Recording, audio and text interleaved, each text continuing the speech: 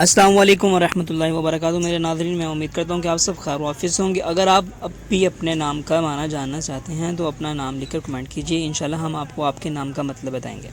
तो आज हम आपको बताते हैं अवैस नाम का मतलब। अवैस ये ओस की तस्वीर है और ओस के माना भेड़िया के भी आते हैं और इसके माना अतिया के भी आते हैं। अतिया मतलब सदका व खैरात। एक मशहूर ताबई का नाम भी अवैस करनी है। मुस्लिम शरीफ में इनकी फ़जीलत रसूलुल्लाह सल्लल्लाहु तआला अलैहि वसल्लम से मनकूल है। अतिया का माना और साहिब फ़जीलत ताबई की नस्बत दोनों का लिहाज करते हुए मज़कूरा नाम रखने में कोई हर्ज नहीं। अगर तो आप हमारे चैनल पर नए हैं तो हमारे चैनल को लाइक करें, शेयर करें और सब्सक्राइब करें। मिलते हैं आपसे अगली वीडियो में, तब तक अपना ख्याल रखिएगा। अस्सलामु अलैकुम वरहमतुल्लाहि वबरकातुहू।